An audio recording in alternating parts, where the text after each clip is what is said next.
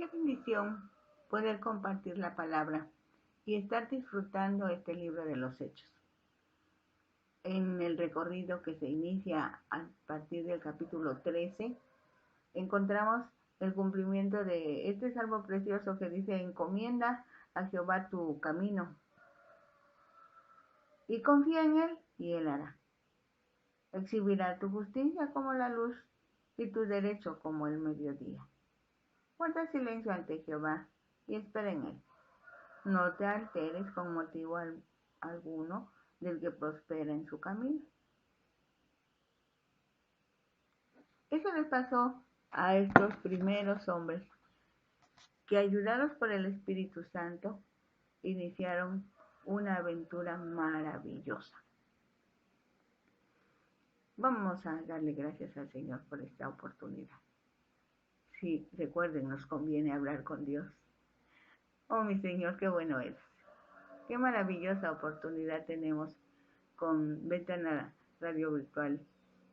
Gracias, Señor, por la radio. Gracias, Señor, por esos instrumentos que tú estás usando. Gracias por nuestros compañeros, Señor, que están trabajando. Gracias, Señor, por los que están orando. Gracias, Señor, por los que están día y noche compartiendo alabanzas, meditaciones, predicaciones. Gracias, gracias, gracias, Señor. Y por todos los medios que tú actualmente estás usando para que tu nombre sea conocido, para que tu palabra sea escuchada, para que tu nombre sea glorificado. Cuando las tinieblas se ponen densas, Señor, para eso apareció el Hijo de Dios, para deshacer las obras del diablo. Así dice la Biblia y así lo creemos. Señor, nosotros en el nombre de Jesús te adoramos, te exaltamos, te glorificamos y efectivamente, Señor, tal como tú nos lo recomiendas, tal como tu palabra lo tiene escrito, Señor, ponemos nuestra delicia en ti y te alabamos. Gracias, Dios. Amén. El Evangelio en ese momento histórico se extendió rumbo a Asia Menor. Desde la antigüedad, Asia Menor ocupó el territorio de lo que hoy es Turquía. Se conoce como la tierra habitada por los hititas. Los griegos le llamaban Anatolia. Eran las tierras al norte de Grecia. Los romanos la llamaron Asia. Posteriormente se agregó la expresión Asia Menor. En el mundo antiguo, Asia Menor era la sede de los reinos y ciudades de Tracia, Bitinia, Aflagonia, Eolia, Frigia, Galacia, Ponto, Armenia, Urartu, Asiria, Cilicia, Panfilia, Licia, Pisidia, Licaonia, Caria, Misia, Jonia, Lidia, Troya. Vamos a comentar algo sobre algunas regiones, lo que necesitamos para entender la lectura de la Biblia. Asiria, nombre del antiguo país cuyos habitantes se llamaban asirios. Se encontraba en la llanura mesopotámica superior. La parte más fértil y más densamente poblada de Asiria se encontraba al este del río Tigris, por allá en Génesis 2:14. El término Asiria se aplicaba a veces a aquellos territorios que estaban sujetos al control de sus reyes, que residían en Nínive. Cuando fue el momento más poderoso de su historia para ellos, allá por los siglos VII a.C., estos territorios incluían Media y Anatolia del Sur, Cilicia, Siria, Palestina, Arabia, Egipto, Elán y Babilonia. O sea, los asirios fueron conquistadores y todo eso estaba bajo su autoridad. Asiria, que siempre se distingue separada de Babilonia porque Asiria fue un pueblo fuerte y fueron después conquistados por los babilonios. Representa el poder mundial de invasiones a Israel y Judá.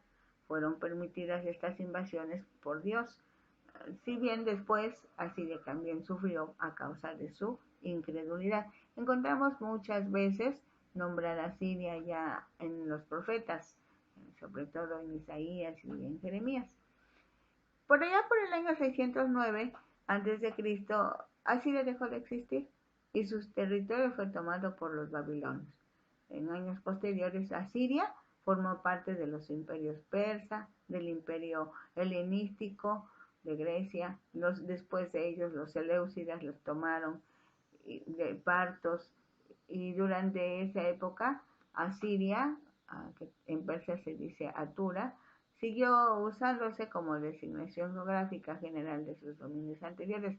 O sea, aunque ya no estaban ellos como pueblo fuerte, pero todavía se recordaba y se expresaba de Asiria como si viviera, como si fuera fuerte. El libro de Ezequiel también la nombra. Cilicia es una región situada en el sudeste del Asia Menor. La parte oriental, denominada Cilicia Perias, era una fértil planicie entre el monte Amaro en el sur, los montes Tauros al norte y el mar, y la importante ruta comercial entre Siria y Asia Menor atravesaba los dos pasos idénticos y majestuosos conocidos como las puertas de Siria y las puertas de Cilicia. Aparentemente la provincia desapareció en la época del Primer Imperio, cuando Augustos cedió Traqueia en parte a la dinastía local y en parte a los reinos vasallos adyacentes de Galacia y Capadocia.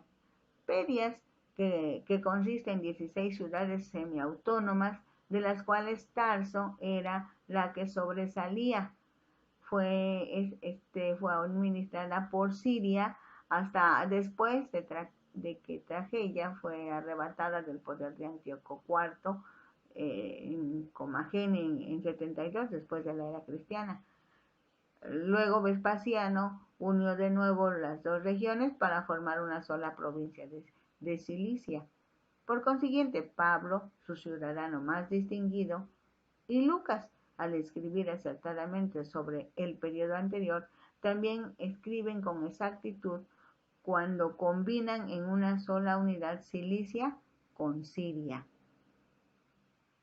Otra parte importante fue Licia, pequeño distrito en la costa sur de Asia Menor al que pertenece los puertos marítimos de Pátara y Mira. Solamente ellos pudieron resistir con éxito de los reyes lidios, pero sucumbieron en 546 antes de la era cristiana ante los persas. Liberados por los griegos en el siglo siguiente, se vieron grandemente influidos por la civilización griega y finalmente se sometieron voluntariamente a Alejandro Magno. Adoptaron el idioma y la escritura griegos y estaban totalmente helenizados en la época en que quedaron bajo la protección de los romanos en el siglo II antes de la era cristiana. En el año 43 ya de nuestra era, Claudio anexó Licia a la provincia de Panfilia, pero aparentemente Nerón les devolvió la libertad. Durante estas vicisitudes, la Federación de las Ciudades Licias mantuvieron su estructura y su organización. Cirene, puerto en el norte de África, de fundación dórica, rico en cereales, silfio, lana y dátiles. Llegó a formar parte del Imperio Ptolemaico en los siglos III antes de la era cristiana y fue legado a Roma en 96 antes de la era cristiana, convirtiéndose en provincia, era una provincia romana. A esta comunidad judía perteneció Simón, el que cargó con la cruz del Señor. Algunos de los misioneros que fueron a Antioquía también eran de Cirene. Esta comunidad judía también estuvo representada allá en el día de Pentecostés y evidentemente tenía su propia sinagoga.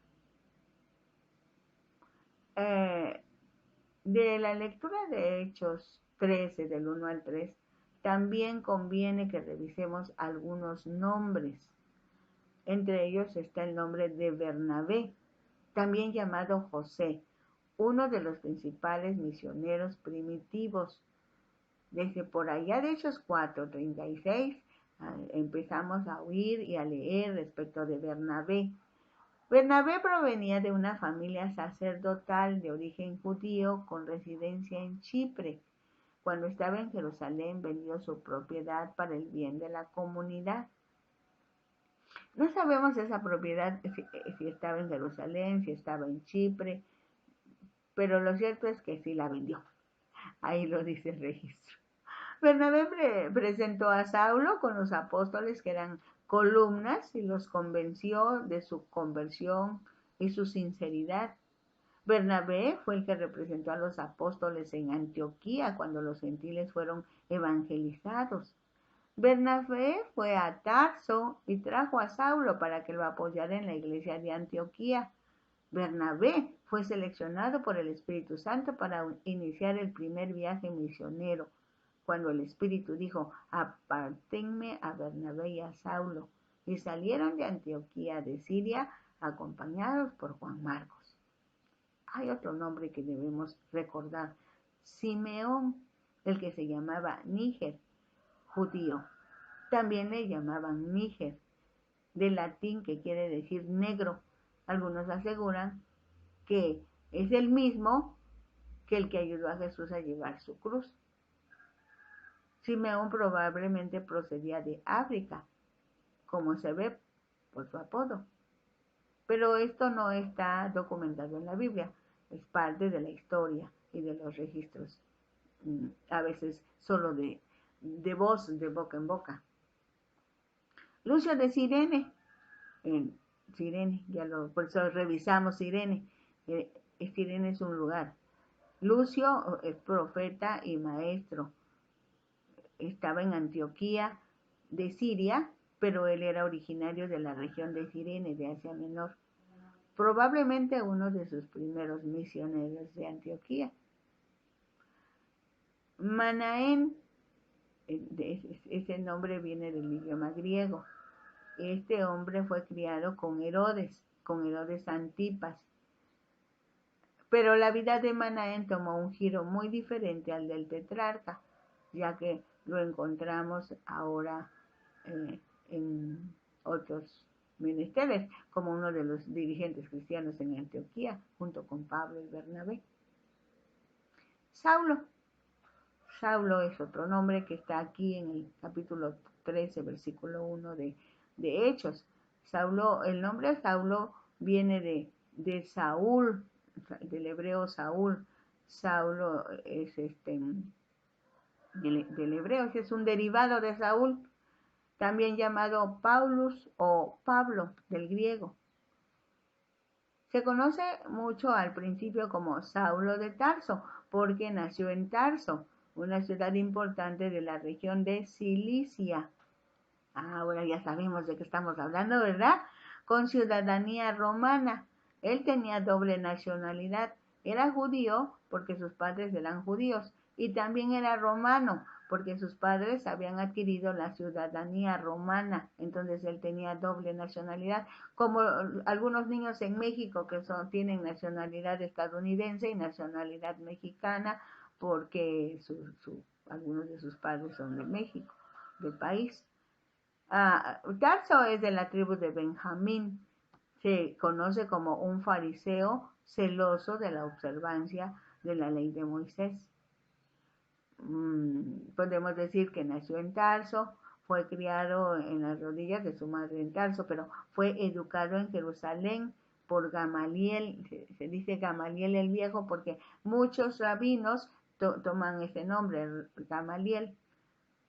Jesús lo sorprendió cuando iba camino a Damasco y milagrosamente fue transformado de enemigo de Cristo en apóstol de Jesucristo. Podemos decir algún recorrido rápido del año 34 hasta este momento que va a salir como misionero. Se convierte cuando va a Damasco, llega a Damasco, de ahí viaja a Arabia, regresa a Damasco y luego sale de la ciudad por cuestiones de seguridad. En una cesta lo sacan por el muro, va a Jerusalén, ahí está con Pedro unos 15 días, regresa a Tarso por seguridad física porque lo persiguen para matarlo, va a las regiones de Siria y Cilicia. Se cree que por ahí es donde estuvo los 14 años que dice en el libro en la carta a los Gálatas. Bernabé viaja a Tarso después a buscar a Saulo. Va a Antioquía con Bernabé y enseña a mucha gente. Cuando están ahí, el profeta Agabo llega y habla de una hambruna. Entonces envían ayuda a Jerusalén por medio de Bernabé y Saulo, los de Antioquía de Siria, a Jerusalén. Regresan Bernabé y Saulo con Juan Marcos a Antioquía. Bernabé y Saulo son separados por el Espíritu Santo y son enviados a ese primer viaje misionero.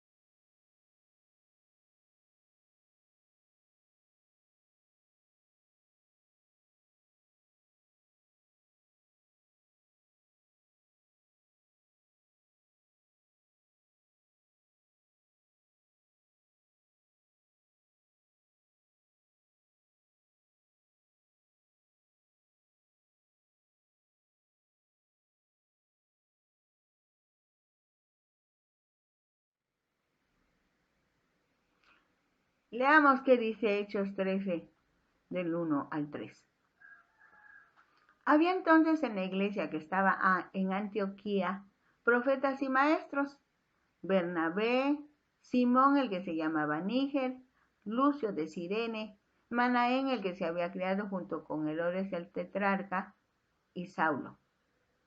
Ministrando estos al Señor y ayunando, dijo el Espíritu Santo: apartadme a Bernabé y a Saulo para la obra a que los he llamado. Entonces, habiendo ayunado y orado, les impusieron las manos y los despidieron.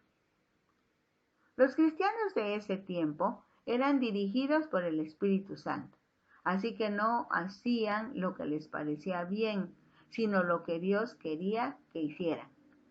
En la iglesia que estaba en Antioquía había profetas. Estos hacían la función de predicadores que iban a diferentes lugares llevando el mensaje que el Espíritu Santo les daba.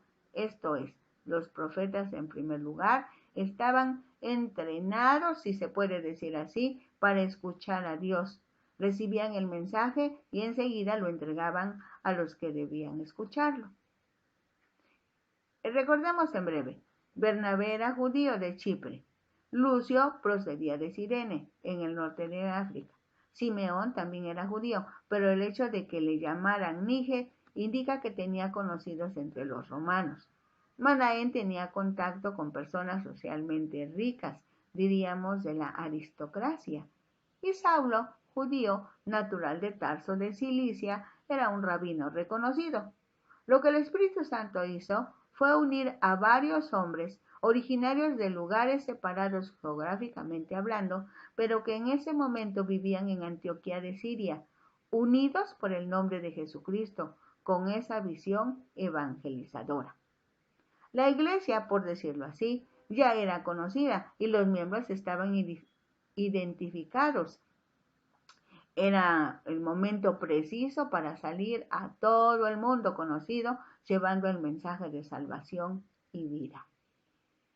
En ocasiones anteriores, cuando la iglesia de Jerusalén enviaba a alguien a otras iglesias o grupos locales, lo hacía con el fin de supervisar el trabajo realizado. Pero para este momento de la historia de la iglesia, estando en la iglesia de Antioquía de Siria, fue el Espíritu Santo, esto es muy interesante, fue el Espíritu Santo quien reconoció y seleccionó el llamado que Dios ya había hecho a Bernabé y a Saulo para la obra a que los he llamado. Cuando la iglesia impone manos sobre Bernabé y Saulo, realmente se está demostrando la unidad y la comunión cristiana.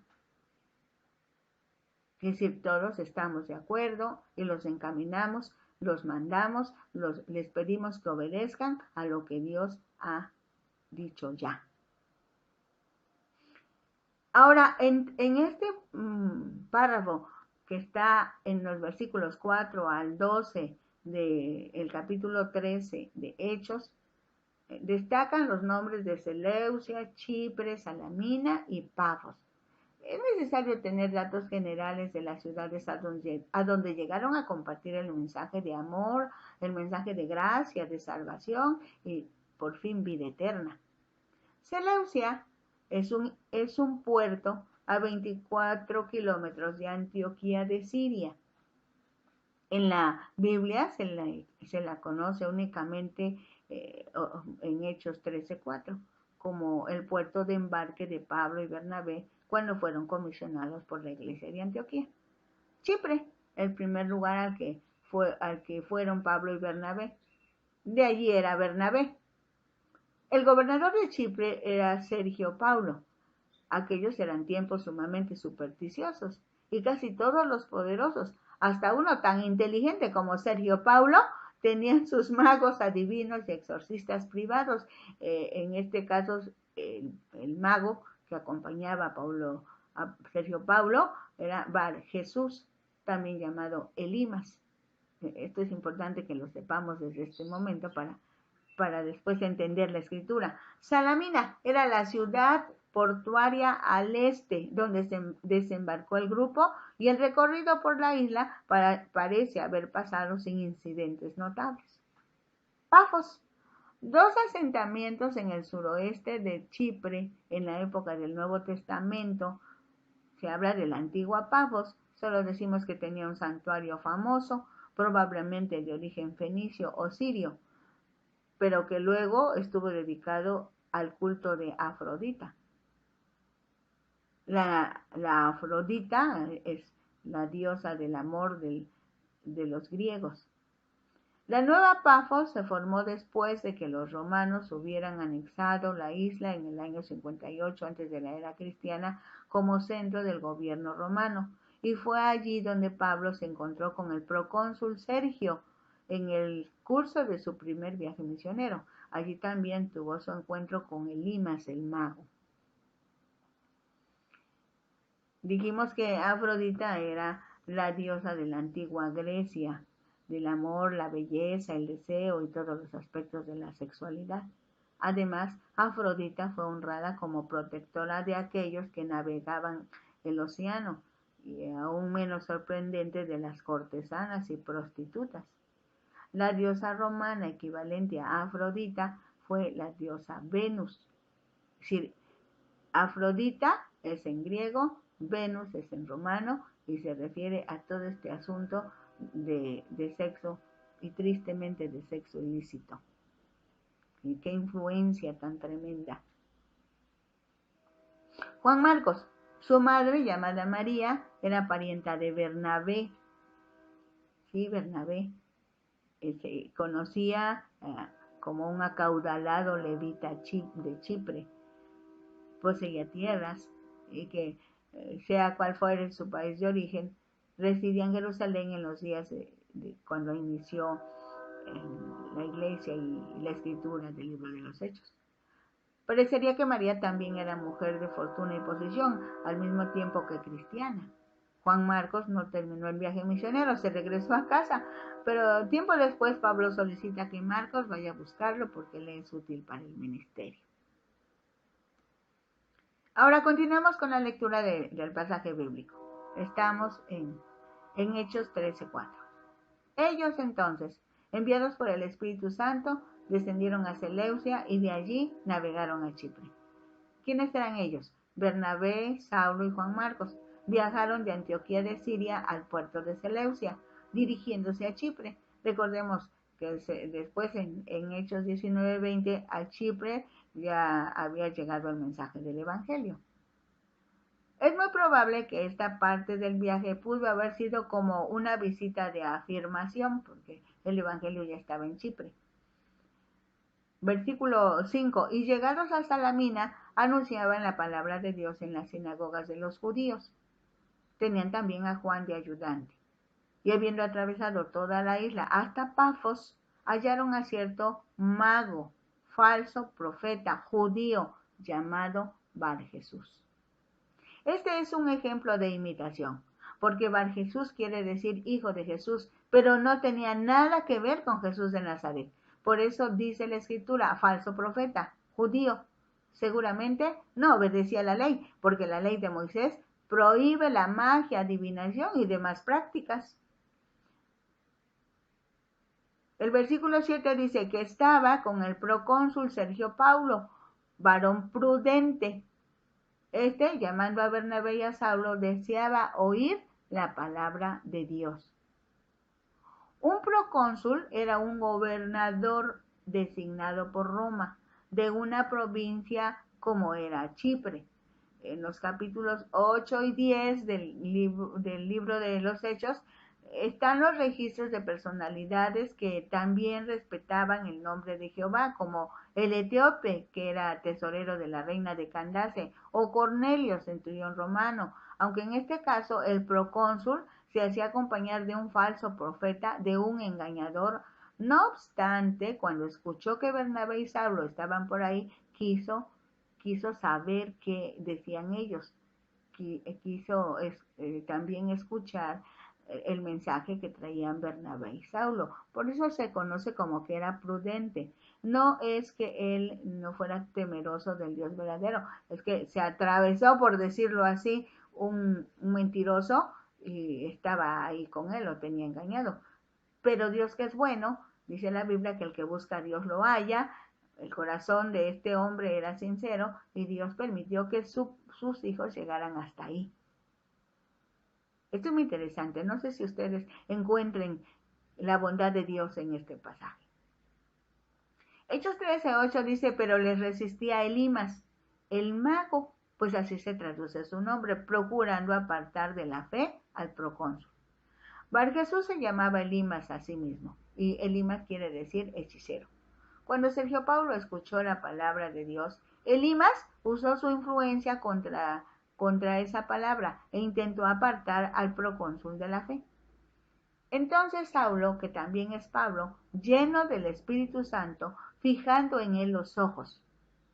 A partir de ese momento en el libro de los Hechos solo se usa el nombre de Pablo. Cuando se habla de la conversión de Saulo, cuando iba camino a Damasco, solamente cuando se sigue expresando Saulo, pero en otros registros, o sea, para otros asuntos solamente se escucha Pablo. Dice que Saulo dijo, oh, lleno de todo engaño y de toda maldad, hijo del diablo, enemigo de toda justicia, ¿no cesarás de trastornar los caminos rectos del Señor? Ahora, pues, he aquí la mano del Señor está contra ti, y serás ciego, y no verás el sol por algún tiempo. E inmediatamente cayeron sobre él oscuridad y tinieblas, y andando alrededor buscaba quien le condujese de la mano. Qué importante y decisiva es la participación del Espíritu Santo, pues la actitud de Bar Jesús dio lugar a que quedara ciego por un tiempo sin ver el sol. Es similar a la propia experiencia de Pablo cuando él también necesitó que se lo guiara de la mano. Entonces el procónsul, viendo lo que había sucedido, creyó, maravillado de la doctrina del Señor, porque comprobó que Dios es todopoderoso. Pudo entonces creer en la doctrina verdadera, pudo distinguir y creer en la doctrina verdadera. Este es un encuentro tremendo de los siervos de Dios contra los siervos del diablo. Y Dios, cuando Él es el que dirige, pone todo en su lugar. Hechos 13, del 13 al 25, ahora sí, en este párrafo vamos a revisar cómo el Evangelio llega a Galacia. Pero es bueno que revisemos algunos datos interesantes. Hablemos ahora de otra región de Asia Menor, Panfilia, región costera en el sur de Asia Menor, entre Licia y Cilicia. Está relacionada con el primer viaje misionero de Pablo y Bernabé. Las poblaciones principales eran Atalía, probable punto de desembarco de Pablo. Otra fue Perge. Desde 102 antes de la era cristiana, Panfilia constituyó parte de la provincia de Cilicia, pero alrededor del 44 antes de la era cristiana fue incluida en Asia. La iglesia fundada en Perge es la única que se menciona en el siglo I, pero hubo por lo menos 12 fundaciones en tiempos de la persecución de Diocleciano en el año 304 después de la era cristiana, y esto ya no está en el Nuevo Testamento porque el Nuevo Testamento se cerró antes del año 100. Pisidia es otra zona de Asia Menor limitada por Licaonia al este, Panfilia al sur y la provincia de Asia al norte y al oeste. La zona se encontraba en el extremo occidental de los montes Tauro y la habitaban tribus montañesas incultas que resistieron los esfuerzos de los persas y de sus sucesores helenísticos, los griegos, por subyugarlos. Los seleucidas fundaron Antioquía, denominada de Pisidia, para distinguirla más bien de la Antioquía de Siria, que era la capital de los seleucidas. Pisidia formaba parte del reino de Galacia. La paz romana trajo prosperidad a la zona y en el siglo II surgieron varias ciudades prósperas juntamente con no menos de 6 iglesias fuertes. Ya estamos hablando después ya en la era cristiana.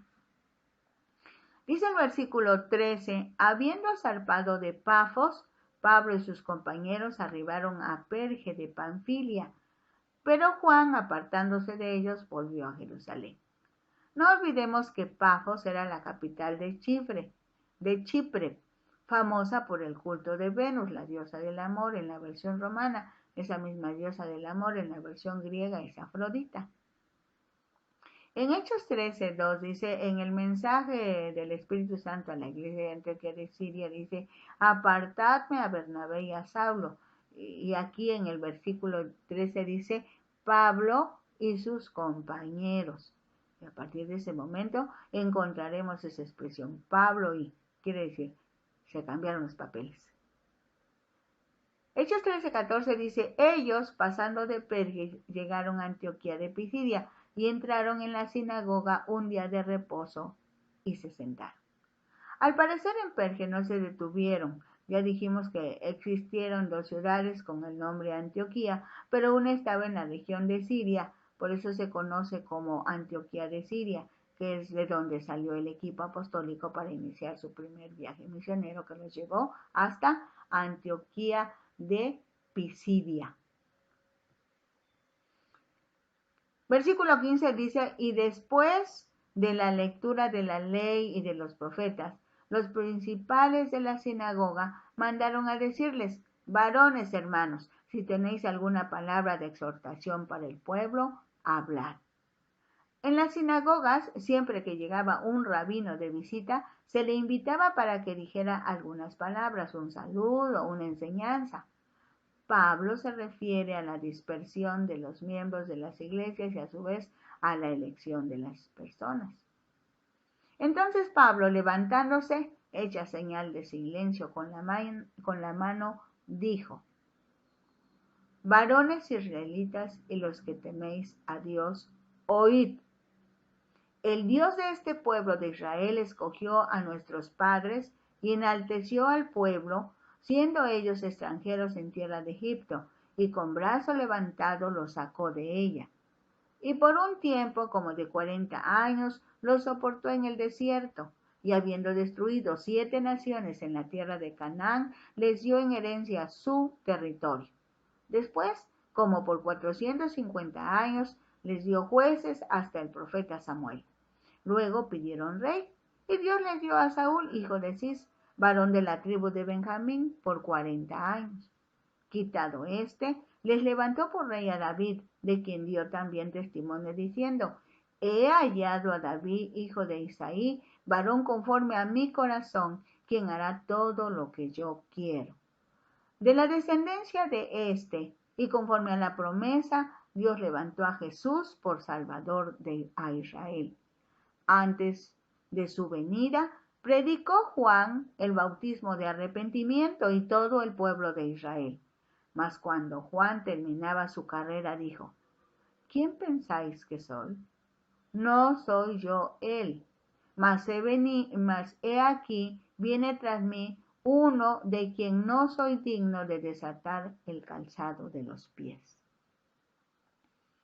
Pablo no solo habla a los judíos, también se dirige a los gentiles que respetaban el nombre del Dios de los judíos y por consecuencia estaban en la sinagoga. Aquí hace un repaso de lo que sucedió antes de la venida del ungido, el Mesías, el Cristo. Empieza desde la elección de Israel y cómo fueron desplazadas las naciones de Canaán para que el pueblo de Dios se estableciera en esa tierra. Enseguida hace referencia a la elección de David en lugar de Saúl con todas sus implicaciones. Así llega Juan el Bautista. En ese tiempo se solicitaba el bautismo a los gentiles que querían adorar al Dios de Israel, mejor conocidos como prosélitos. O sea, los judíos pensaban, sí, los que quieran ser practicantes del judaísmo deben recibir el bautismo como señal de aceptación de la enseñanza judía. Pero Juan anunció la venida de Jesús, mostrando la realidad del pecado en ese tiempo, y por lo mismo predicó el bautismo de arrepentimiento para todo el pueblo de Israel en primer lugar. Juan el Bautista era respetado por los judíos como profeta de Dios. Y su fama se había extendido. Por eso fue impactante para la sociedad de su tiempo escuchar cuando dijo: yo no soy el Cristo. Ahora bien, cuando Pablo está predicando, el mismo pueblo de Dios, el pueblo escogido por Dios, tenía la necesidad de conversión, de convertirse, de dejar sus creencias y tradiciones para regresar al Mesías, a Jesús. Aunque seguramente los que escuchaban el mensaje conocían y respetaban más a Juan el Bautista que a Jesús. Pero para ese momento, el pueblo judío debía decidirse por aceptar la gracia de Dios y recibir a Jesucristo como su Salvador y Señor, o correr el riesgo de ser desplazados, de quedarse en sus propias creencias y tradiciones.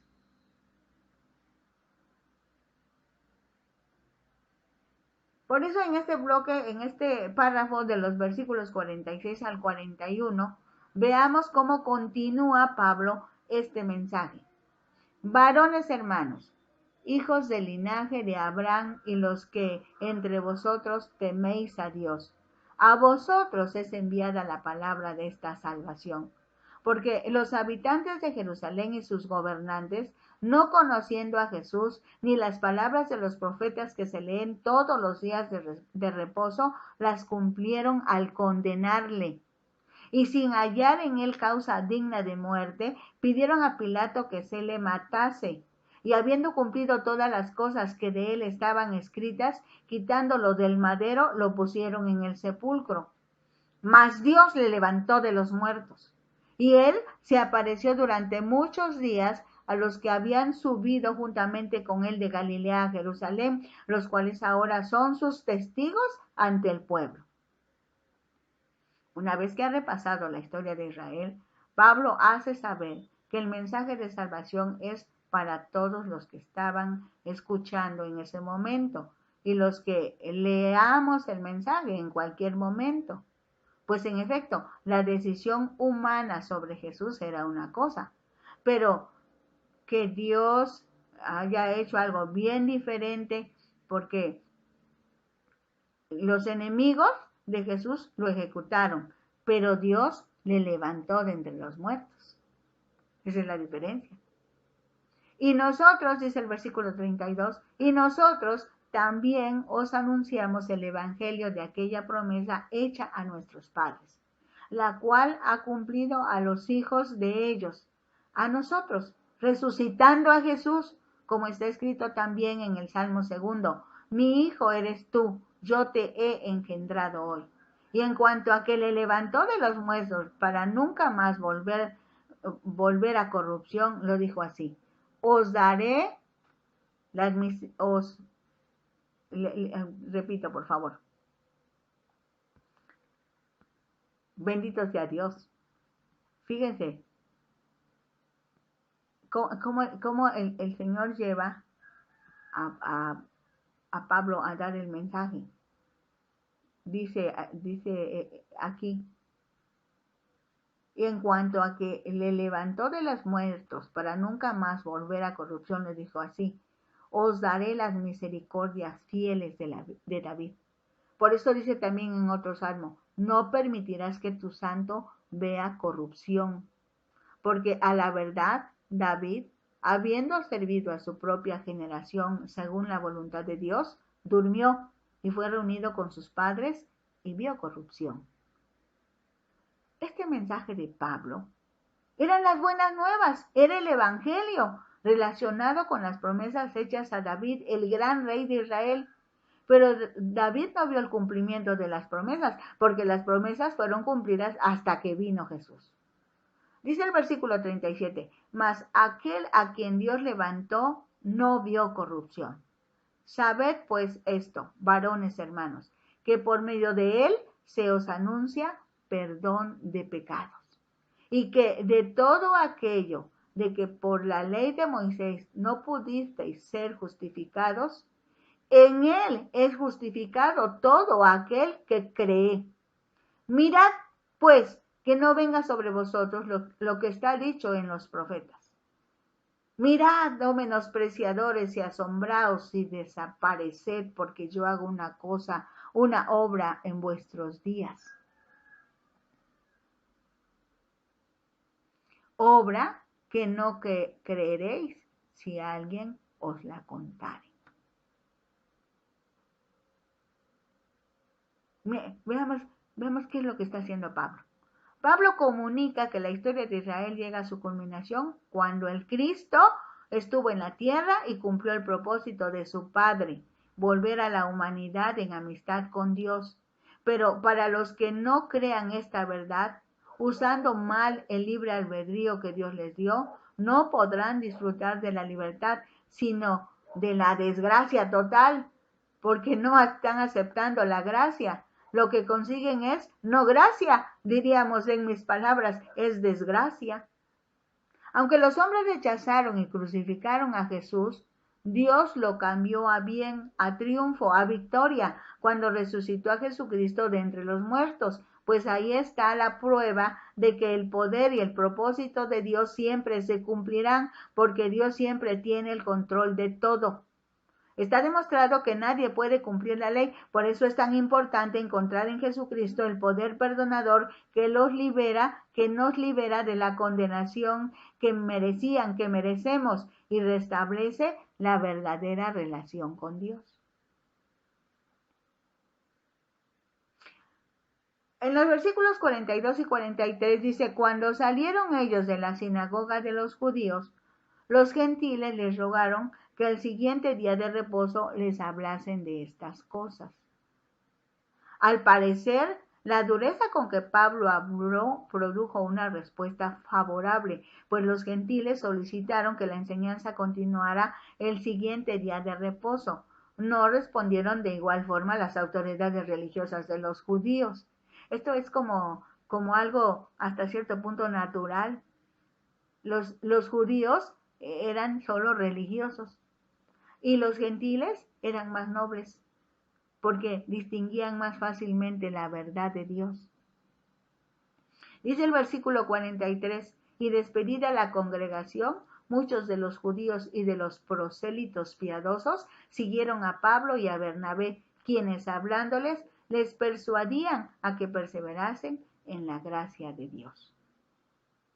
El siguiente día de reposo se juntó casi toda la ciudad para oír la palabra de Dios.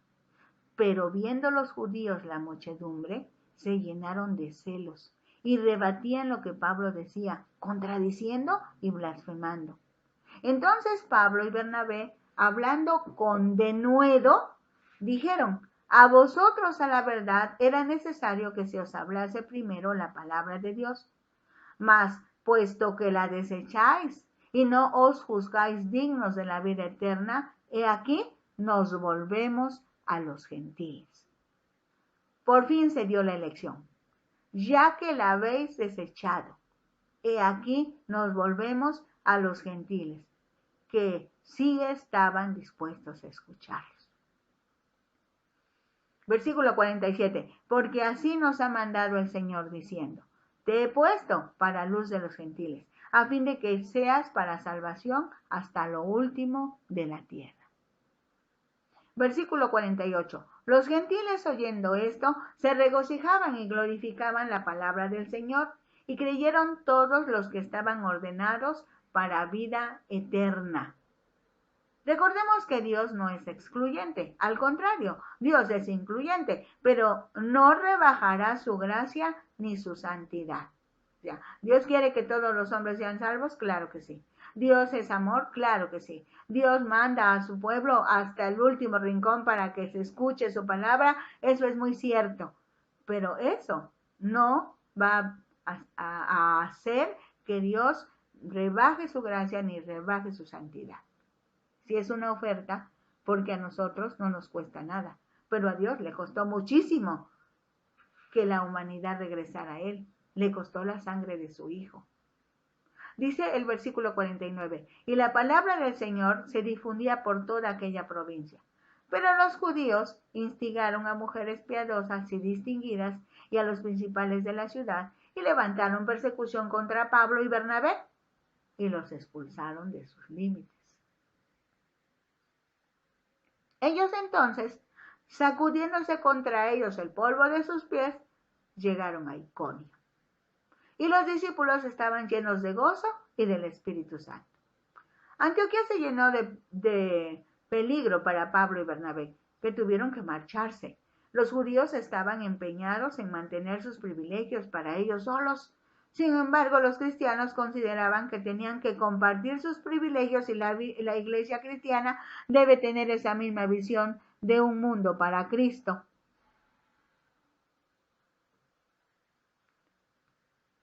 Esto es importante. Hablemos de Iconio, de Asia Menor.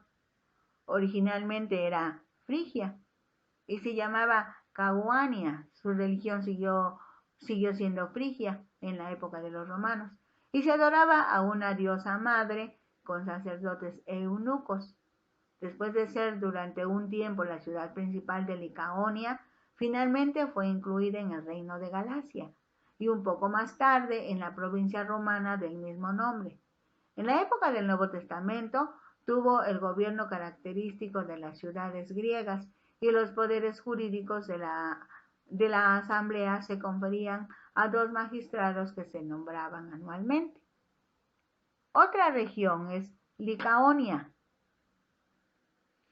Licaonia es un territorio en la región sur, en el centro de Asia Menor. En el Nuevo Testamento, Licaonia se refiere a la parte del territorio que constituyó una región de la provincia de Galacia. Por eso era Licaonia Galática. Se designa a Listra y Derbe como ciudades de Licaonia, aquí en Hechos 14:6, en un contexto que indica que Iconio se encontraba en el lado frigio de la frontera que separaba a Licaonia Galática de la Frigia Galática, o sea, de Galacia y de Frigia. En su primer viaje misionero, Pablo y Bernabé, sin duda, reconocieron que habían cruzado una frontera lingüística entre Iconio y Listra, porque escucharon a la población autóctona hablar en lengua licaónica, es lo que registra más adelante el capítulo 14. Después de abandonar Listra, Pablo y Bernabé llegaron a Derbe, la moderna Kerti Juyuk, y establecieron una iglesia allí. Iniciaron después el viaje de regreso. Vamos a leer ahora ya la Biblia, Hechos 14 del 1 al 7.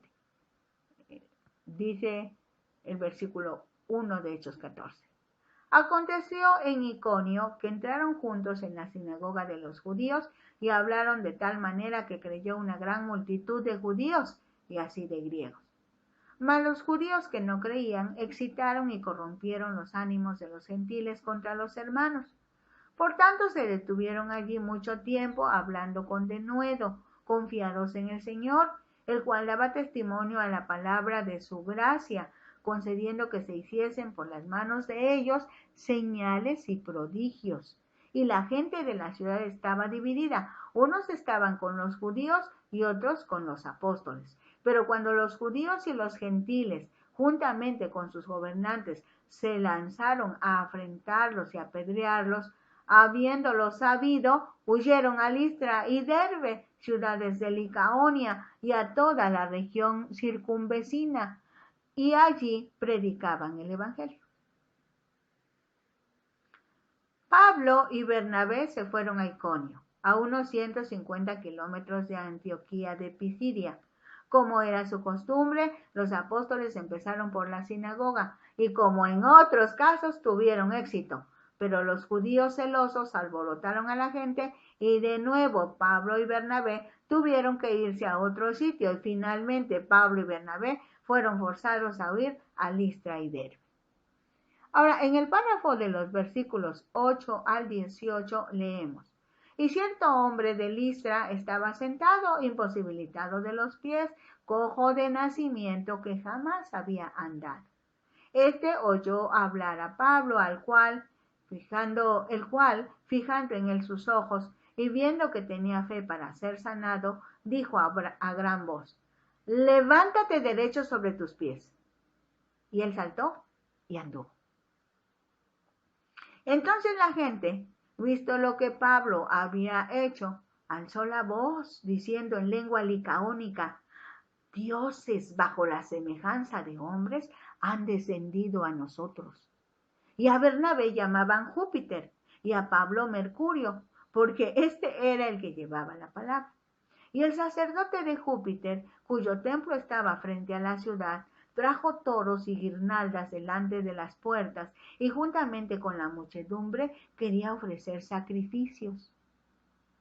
Cuando lo oyeron los apóstoles Bernabé y Pablo, rasgaron sus ropas y se lanzaron entre la multitud dando voces. Las dificultades del lenguaje explican por qué Bernabé y Pablo tardaron tanto en entender lo que estaba pasando. Una vez que entendieron, rasgaron su ropa, lo que en todo el mundo antiguo era entendido como una señal de profunda pena o humillación personal. Es el lenguaje universal para ese tiempo y para esas regiones. Dice el versículo 15, y diciendo: varones, ¿por qué hacéis esto? Nosotros también somos hombres semejantes a ustedes, y que anunciamos que de estas verdades os convirtáis al Dios vivo, que hizo el cielo y la tierra, el mar y todo lo que en ellos hay. En las edades pasadas, Él ha dejado a todas las gentes andar en sus propios caminos, si bien no se dejó a sí mismo sin testimonio, haciendo bien, dándonos lluvias del cielo y tiempos fructíferos, llenando de sustento y de alegría nuestros corazones. Y diciendo estas cosas, difícilmente lograron impedir que la multitud les ofreciese sacrificio. Pablo y Bernabé se vieron involucrados en un extraño incidente en Listra. La razón por la que los tomaron por dioses está en la historia legendaria de Licaonia, porque Licaonia, según su religión, dice en que habían venido dioses allá a Licaonia, y entonces Bernabé debe haber sido un hombre de aspecto noble, así que le tomaron por Zeus, el rey de los dioses, al que los romanos llamaban Júpiter. Hermes o Mercurio era el mensajero de los dioses, y como Pablo era el que hablaba, lo tomaron por Hermes. Este pasaje es especialmente interesante porque nos presenta la manera de hablar de Pablo a los que eran completamente paganos, sin el menor conocimiento de la fe de Israel al que pudiera referirse. Con personas así, empezaba por la naturaleza, para llegar a Dios que está detrás de todas las cosas. Empezaba por Él aquí y ahora para llegar a Él allí y entonces. Haremos bien en recordar que Dios, que es espíritu, se hizo visible por medio de su gran creación. Ya el salmista lo decía: los cielos cuentan la gloria de Dios y el horizonte, el firmamento, anuncia la obra de sus manos. Es una forma muy interesante de cómo Pablo se dirige a los que no saben nada de Dios, del Dios verdadero, del Dios de Israel, pero que tienen ídolos, que tienen sus propios dioses. Dicen los versículos 19 y 20. Entonces vinieron unos judíos de Antioquía y de Iconio, que persuadieron a la multitud, y habiendo apedreado a Pablo, le arrastraron fuera de la ciudad, pensando que estaba muerto. Pero rodeándole los discípulos, se levantó y entró en la ciudad, y el día siguiente salió con Bernabé para Derbe. Los versículos 21 al 28 dicen: y después de anunciar el evangelio a aquella ciudad y de hacer muchos discípulos, volvieron a Listra, a Iconio y a Antioquía, confirmando los ánimos de los discípulos, exhortándoles a que permaneciesen en la fe y diciéndoles: es necesario que a través de muchas tribulaciones entremos en el reino de Dios. Y constituyeron ancianos en cada iglesia, y habiendo orado con ayunos, los encomendaron al Señor en quien habían creído. Pasando luego por Pisidia, vinieron a Panfilia, y habiendo predicado la palabra en Perge, descendieron a Atalía. De allí navegaron a Antioquía, desde donde habían sido encomendados a la gracia de Dios para la obra que habían cumplido. Y habiendo llegado y reunido a la iglesia, refirieron cuán grandes cosas había hecho Dios con ellos y cómo había abierto la puerta de la fe a los gentiles. Y se quedaron allí mucho tiempo con los discípulos. Pudieron decir, misión cumplida. Solo tomemos el modelo para establecer o plantar iglesias. En primer lugar, tener total sumisión y por ello dependencia del Espíritu Santo. Cuando Dios da la estrategia, siempre habrá éxito en el evangelismo para todo tipo de lugar y de personas. Sepamos cuál es el propósito de Dios para cada uno de sus hijos. En otras palabras, cuál es el llamado para que trabajando unidos, cada uno en su especialidad, se pueda establecer el reino de Dios en cada corazón, para que cada corazón pueda creer, porque es creer. El que cree, al que cree, todo le es posible. Oremos. Estemos atentos. Permitámosle al Espíritu Santo que seamos solo instrumentos en sus manos para que la gloria de Dios se pueda manifestar. Padre de gracia, este primer viaje, Señor, que nosotros recorrimos hablando apenas en escasamente una hora, mis hermanos lo hicieron en más tiempo. Alcanzaron muchas almas, enfrentaron muchas situaciones. Y tú les dijiste, aquí se predica, aquí no se predica. Aquí hay un milagro, aquí no hay milagros. Aquí te enfrentas con el diablo, aquí te enfrentas con la incredulidad, aquí te enfrentas, aquí haces esto, haces aquello. Señor, gracias por tu palabra, porque ella es la que nos enseña, ella es la que nos dirige. Con razón, Señor, tú dices en el Salmo 105, 119, 105, que tu palabra es hermosa. En el Salmo 119, Señor, que tu palabra es hermosa. Gracias por tu palabra, Señor. Esta palabra se sigue oyendo, Señor, y nos estás dando la pauta. Nos estás recordando cómo se debe hacer el evangelismo, guiados por ti. Gracias por estas nuevas estrategias. Gracias, Señor, por Ventana Radio Virtual y otras plataformas. Gracias por los folletos. Gracias por las prédicas. Gracias por el testimonio de la iglesia. Gracias por la santidad de la iglesia. Gracias, Padre. Gracias porque tú lo estás haciendo. Solo tú lo puedes hacer. Gracias, Dios.